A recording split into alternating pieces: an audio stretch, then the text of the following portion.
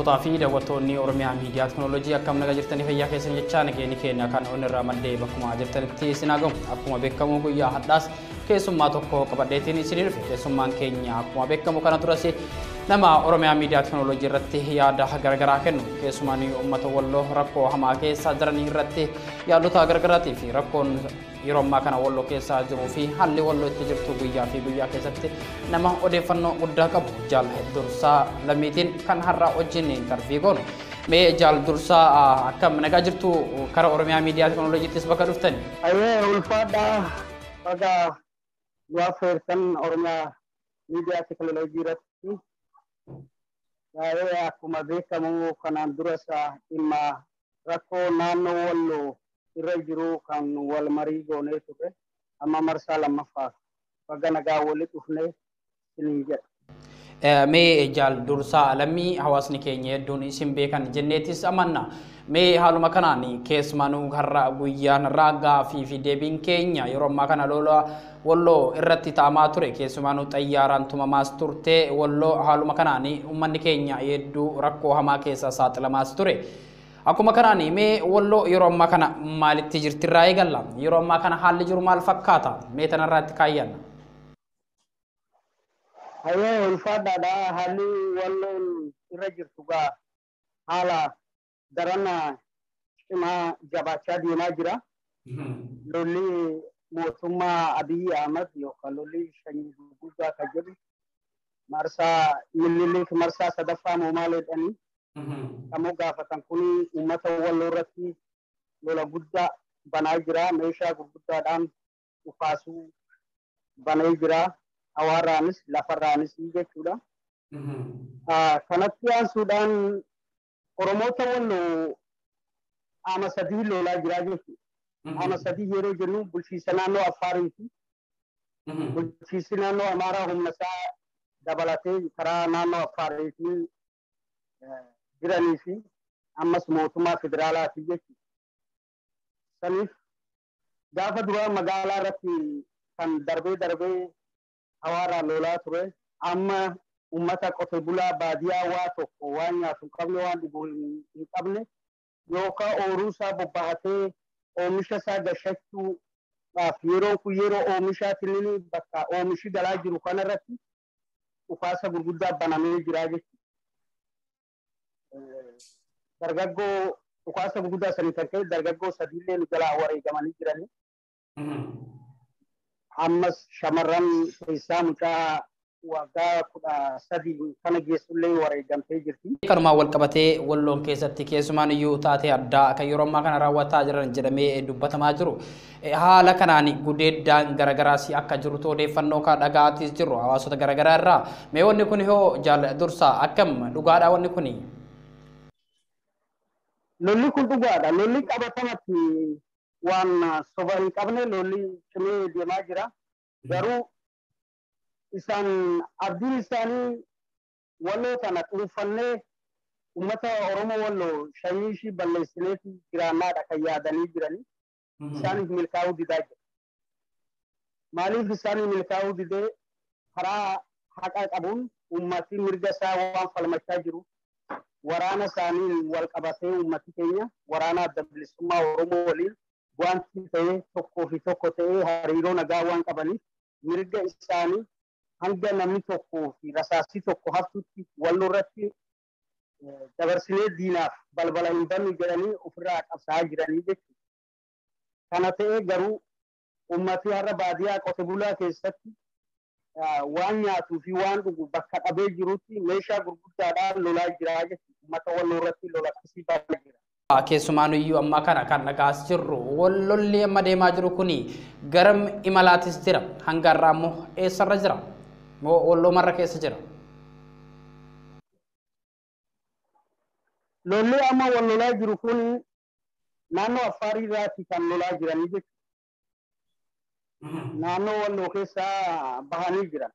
Naannoo Walloo keessaa dhuunfatamanii bahanii jiranii naannoo Affaar karaa jalaatiin dhufanii lolaa jiran. Humna Shaabiyaa Elektiraa fi humna Affaar mootummaa federaalaa kana sadanii ta'anii kan lolaa jiranii jechuudha. Qote bulaa Walloo irratti.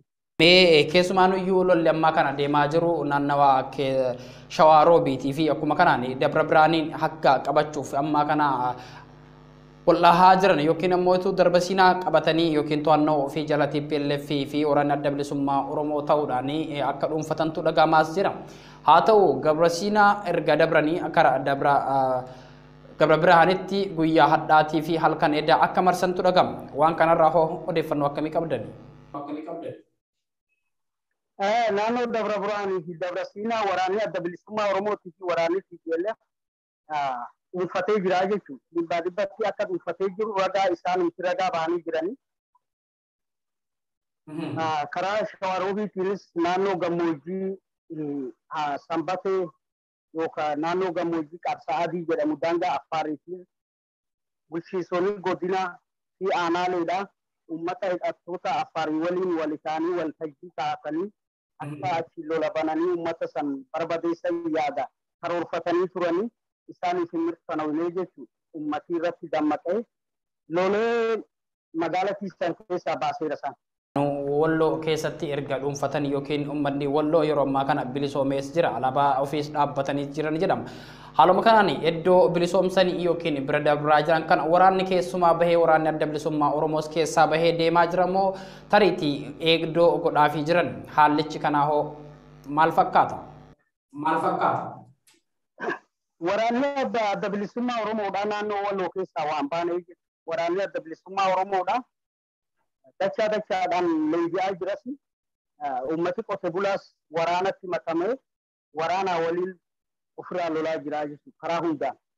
Saniif waraanni adda bilisummaa Oromoo tika cimaa humna abbaan isaaniif uummata qote bulaatiif yookaan uummata magaalaa fakkeenya aanaa baatee irratti lolli guddaan kan deemaa jiru naannoo Affaarraa daangaa aanaa baatee lafa burqaa fi kaasaggiitaa jedhamtu irratti lolli guddaan kan deemaa jiru yeroo ammaa kana. Waraana adda bilisummaa Oromootii fi qote bulaa TPLF walii galtee ta'anii kan ofirraa qolachaa jiran.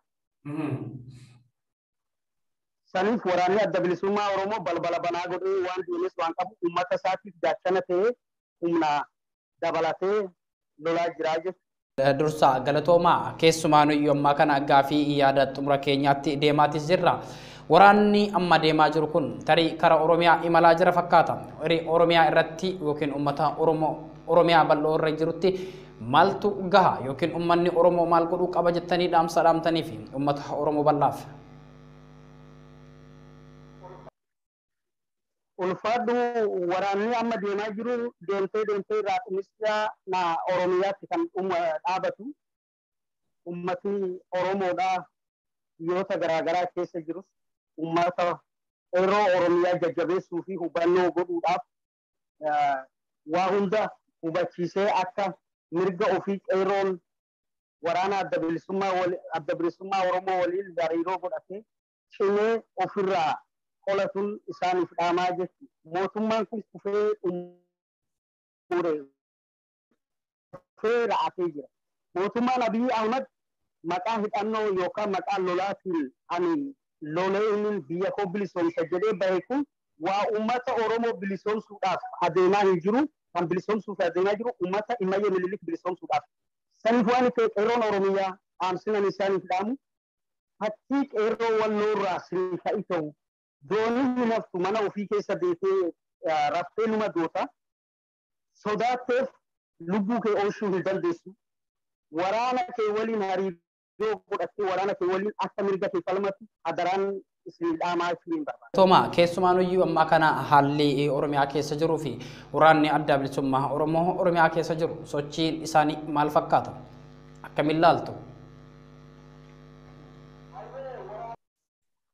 Hayyee waraanni Oromiyaa keessa jiru waraanni adda bilisummaa Oromoo haqa dhugaa falmachaa jira.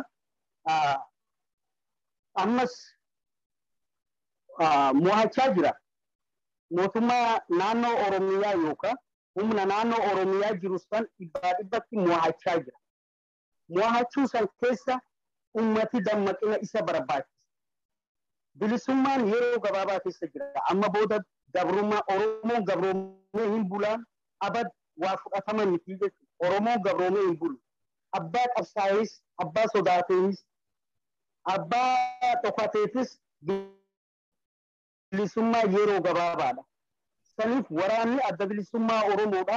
Kallattii hundarraan lola banaa jiru mirga uummata isaatti kabachiisaa jira malee qaanfachiisaa hin jiru.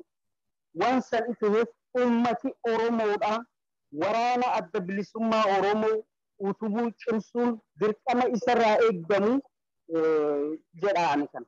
Amma kan Abiy Ahmed nuti ilmaan Minilik ammas ammoo lola Minilik jechuudhaan maqaa baafatanii yeroo ammaa kana imalaa jira.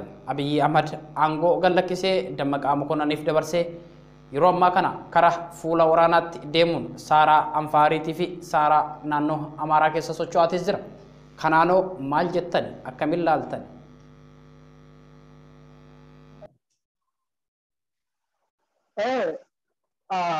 Mootummaan Abiy Ahmed lola hin deemne lola deemeen ana fudhataman miti jechuudha. Itti baafatuun barbaadaa jiru. Uummata Immayyee Minilikiinis isaaniifis hin taane uummata Oromootiifis hin taane waan dirree irratti hafeef lubbuu isaa karaa itti oolchatu barbaadaa jira.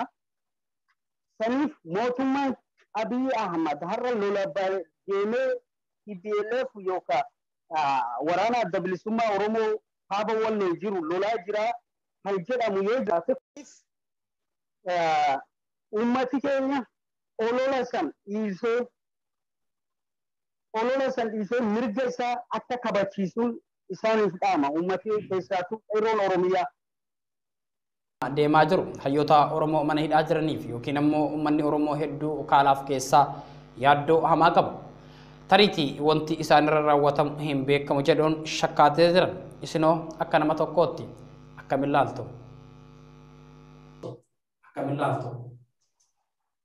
Baay'ee gaarii yaadan ani kaasuu barbaadu naaf kaasuu ulfaadhu. Hayyoota Oromoo mana hidhaa keessa jiran abbaan eeguu qabu qeerroo Oromiyaati.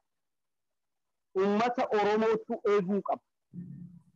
Uummati hayyoonni Oromoo mana hidhaa keessa jiran kun diinni lafee uffoon isaanii fixee lafee isaanii nyaatee caccabsee barbadeessuudhaaf yaalii godhaa jiru kana waan salphaatti hin ilaalinaan jedha uummati Oromoo qeerroon Oromiyaa hayyoota keessan tikfachuun dirqama keessan har'a qeerroon Oromiyaa bakka jirtutti diinni ijeemtee mana hidhaa keessatti hayyoota kana yaalii adda addaa irra fudhachuudhaaf yaaluun Oromummaa nama qaanfachiisan jedha bakka qeerroon Oromiyaa jirtutti har'a. Yeroo ammaa kana biyyattii san keessatti gaagaamni siyaasaa hamaan deemaatis jira.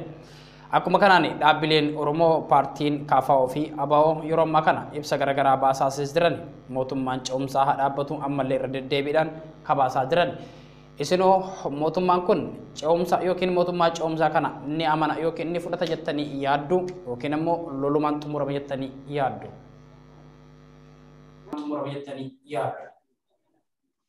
Nuti mootummaa ce'umsaa karaa nageenyaatiin jedhamu kun nuuf akka yaada kiyyaa nama tokkootti wallaalaa tokkootti mootummaan karaa nageenyaan ce'umsaa ijaaruudhaaf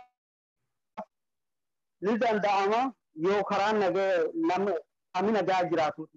Qaama maraatee jiru qaamni nagaadhaa karaa nageenya mootummaa ce'umsaa ijaarra jechuun waa fudhatama hin qabne. Nuti kan amannus kan abdannus rasaasaan tokkoo fi tokko taanee mootummaa ana buqqisuudha. Murroos deemna mee waan hangammaatti ani kaasin kan isin kaasuu barbaadan yoo jiraatan sumaan carraas ni kenna.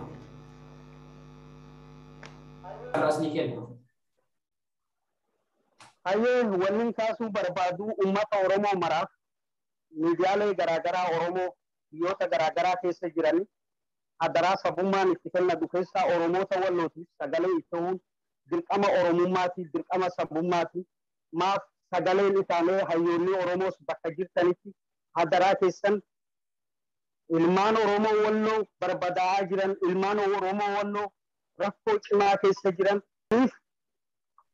ummati Oromoo bakka jirtanitti ilmaan Oromoo wallootiif akka sagalee isaatan hadaraan isiniidhaan madhaa miidiyaaleen Oromoos odeeffannoo gurra keessan karaa kaaba wallootti akka nu ergistan isiniidhaan madha. Mo yaada keessanii fi haala biyya keessa jiru wajjin gootanii fi maqaa Oromiyaa Miidiyaa Teknooloojiitii fi maqaa uummata Oromoo bal'aatiin horaa bulaa deebanaa isiniin jedha. Horaa bulaa deebanaa isiniin jedha. Fadhaa galatoomaa isiniin jedha isinis barbaadanii yeroo keessan guutanii dhimma Oromoo Wallootiif sagalee taana ibsanii miidiyaadhaan nu affeeruu keessan. Fadhaa.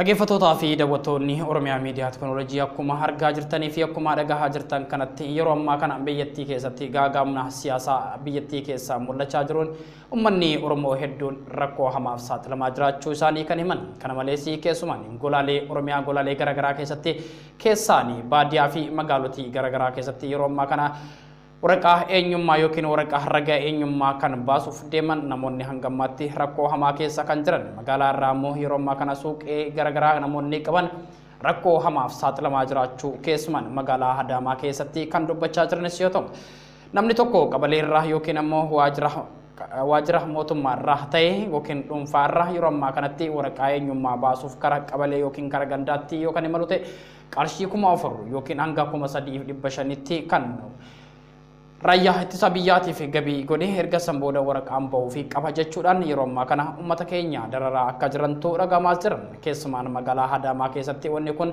namoota suuqii qaban keessumaan lammiilee Oromoo irratti keessan mootummaan kun ammaa kana saamichaaf qophaa'ee yookiin ammoo raayyaa ittisa biyyaa gargaaruu qabdan jechuun kan dubbachaa jiru hawaasa irraa odeeffannoo nu gahedha. Haaluma kanaan magaalottii garaagaraa kana qofaan